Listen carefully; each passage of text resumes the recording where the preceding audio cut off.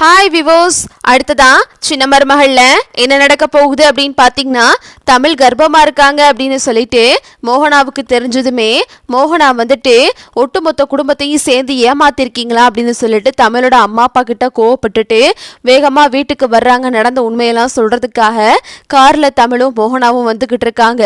அப்பையும் பார்த்துட்டு தமிழுக்கு ஒரு கனவு மாதிரி வருது. மோகனா வந்து வீட்டுல போயிட்டு நம்ம ரொம்பவே மோசம் போயிட்டோங்க, இவ கர்ப்பமாவே இல்ல, அவ இவ்வளவு நாள் நம்மளை ஏமாத்திருக்கா, அவ குடும்பமே நம்மளை ஏமாத்திருக்காங்க அப்படின்னு சொல்லிட்டு மோகனா சொல்றாங்க. அப்புறம் பாத்தீங்கன்னா இதை கேட்டுட்டு ராஜாங்கம், பாட்டி, சேது எல்லாருமே அதிர்ச்சி ஆயிட்டாங்க. எங்கிட்ட 4 வெள்ளிகளுக்கும் ரொம்பவே சந்தோஷம் ஆகிருது, இதுதாண்டா சாக்கு இவ்வளவு விரட்டுறதுக்கு அப்படின்னு சொல்லிட்டு அப்புறம் சேது வந்து சொல்றாரு, உன் வயிற்றுல குழந்தை இருக்கு அப்படின்ற ஒரு காரணத்தினாலதான் உன்னை விட்டு வச்சிருந்தேன், இல்லைனா அன்னைக்கு உன்னை வெட்டி கொண்டிருப்பேன். அது மட்டும் இல்லாம இவ்வளவு நாள் உன்னை இந்த வீட்டில் நடமாட விட்டதுக்கு காரணம் அந்த குழந்தை தான், அந்த குழந்தையிலே நீ இப்படி ஏமாத்திருக்கியா அப்படின்னு சொல்லிட்டு சேது வந்து தமிழை திட்டுறாரு.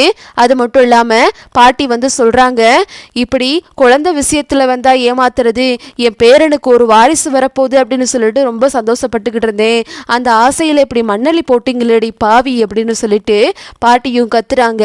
அப்புறம் பாத்தீங்கன்னா ராஜாங்கம் சொல்றாரு, எனக்கு இவ்வளவு பெரிய துரோகம் பண்ணியிருக்க, அதையெல்லாம் மறந்துட்டு இந்த வீட்டில் நீ இருக்க அப்படின்னா அந்த வாரிசுக்காக தான், அதுவே இல்லாங்க போது நீ இனிமே இந்த வீட்டில் இருக்க வேணாம் அப்படின்னு சொல்லிட்டு ராஜாங்கமும் சொல்லிடுறாரு.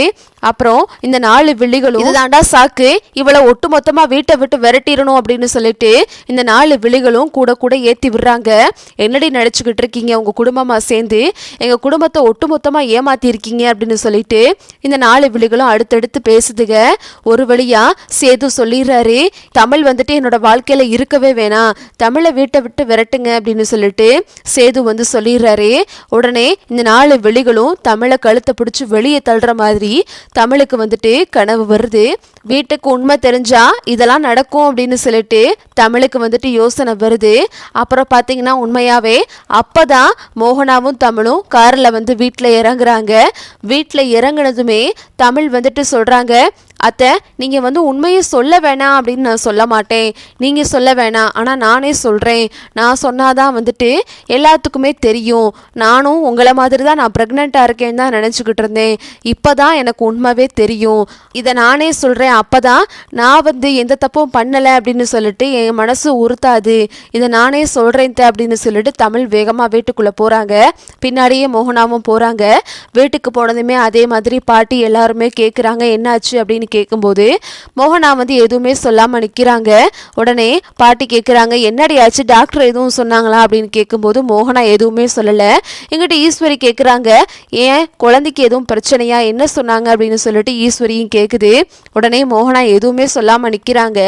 அப்புறம் பாத்தீங்கன்னா தமிழ் சொல்றாங்க, நான் சொல்றேன் அப்படின்னு சொல்லிட்டு தமிழ் வந்து சொல்ல போறாங்க, என்னோட குழந்தைக்கு என் வயிற்றுல குழந்தை இல்லை அப்படின்னு சொல்ல வர்றதுக்கு முன்னாடியே மோகனா வந்துட்டு, ஆமாம், தமிழ் வயிற்றுல இருக்க குழந்தை நல்லா இருக்கு, ஆரோக்கியமாக இருக்குது அப்படின்னு சொல்லிட்டு மோகனா வந்து உண்மையை மறைச்சிடுறாங்க. இதை சொல்கிறதுக்காடி இவ்வளோ நேரம் தங்கி தங்கி நின்ன சந்தோஷமான விஷயத்தை ஏன்ட்டு இப்படி மென்று முழுங்குற அப்படின்னு சொல்லிட்டு பாட்டி சத்தம் போடுறாங்க. இல்லத்தை ஸ்கேன் பண்ண போன இடத்துல தமிழ் வீக்காக இருக்கான்னு சொன்னாங்க, அதுதான் கொஞ்சம் பதட்டமாயிருச்சு அப்படின்னு சொல்லிட்டு மோகனா வந்து உண்மையை மறைச்சிட்டு பாட்டிக்கிட்ட பேசுகிறாங்க. இதுதான் அடுத்தடுத்து நடக்க போகுது. ஓகே விவோஸ், இந்த வீடியோ உங்களுக்கு பிடிச்சிருந்தா லைக் பண்ணுங்க, ஷேர் பண்ணுங்க, மறக்காம நம்ம சேனலை சப்ஸ்கிரைப் பண்ணிக்கோங்க. தேங்க்ஸ் ஃபார் வாட்சிங்.